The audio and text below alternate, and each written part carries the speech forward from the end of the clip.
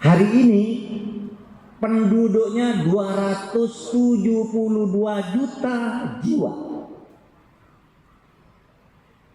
Suku bangsanya 1360 suku bangsa.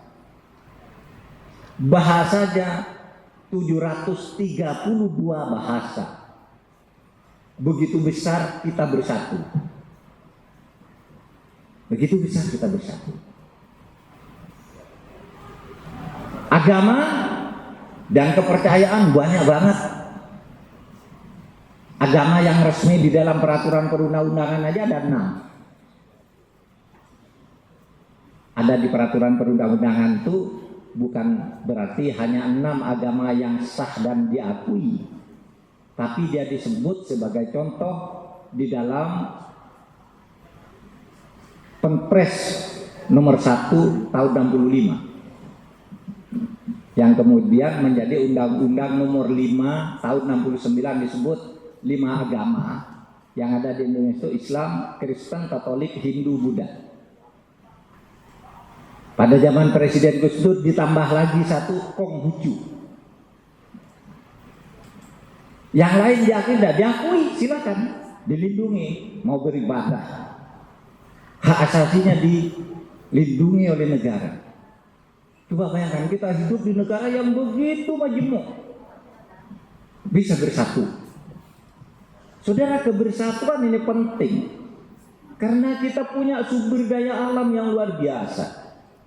Minyak kita punya, batu bara kita punya, panas bumi yang paling bagus, panas bumi di dunia itu di Indonesia yang nanti akan menjadi bisnis yang luar biasa. Hutan, ikan, keindahan alam, pantai-pantai yang begitu indah kita punya semua. Nah saudara, oleh sebab itu kalau kita bersatu dan bertekad untuk memajukan bangsa ini bisa. Syaratnya 2. Syarat minimal 2. 1, kualitas SDM. Nah, kualitas SDM itu penting, ya. Karena apa? Karena sekarang tantangannya besar. Dulu, di zaman dulu tuh ya, sekolah yang namanya PHIN itu, saudara, dulu itu diambil dari lulusan terbaik.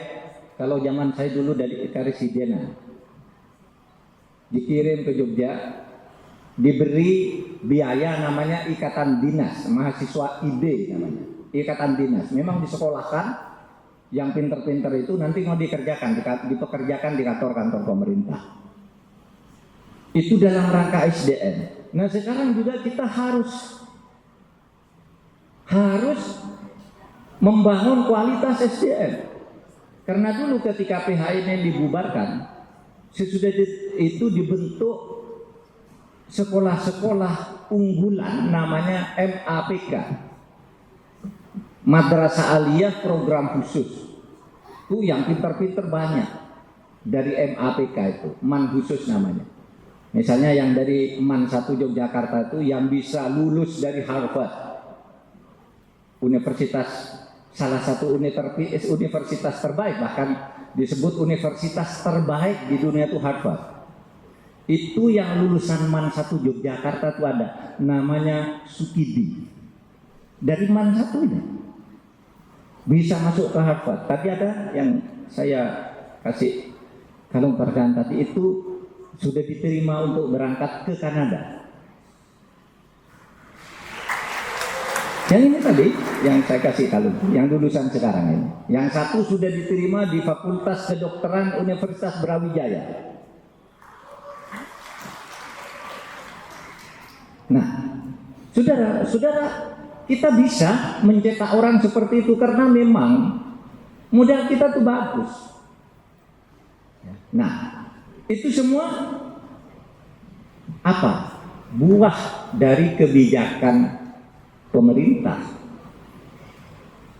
buah dari keputusan Menteri Agama Kiai Wahid Hasim yang menyatakan sekolah madrasah itu harus diberi kesempatan yang sama dengan sekolah umum.